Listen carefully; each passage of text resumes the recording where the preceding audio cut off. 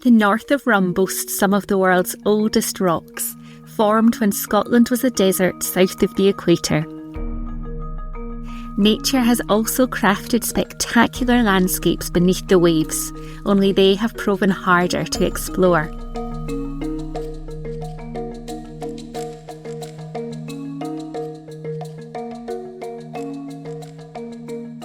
The small isles are surrounded by deep scars in the seabed known as shelf deeps.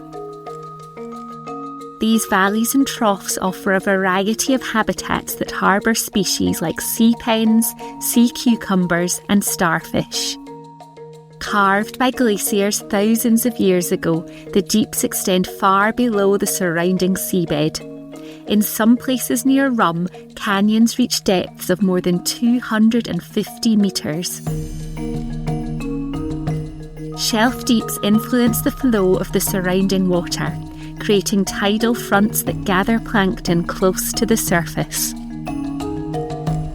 This triggers a feeding frenzy. Plankton-eating fish converge on the area for a feast, which in turn attracts all sorts of seabirds and marine mammals.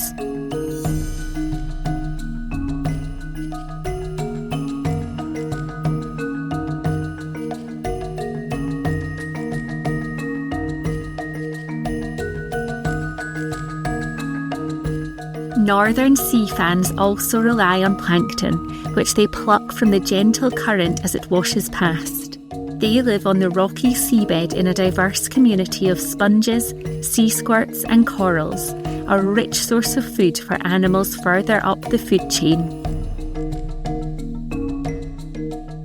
Northern sea fans thrive in these waters but are scarce in the rest of the UK. We must keep them safe from pollution and physical disturbance to preserve them for future explorers.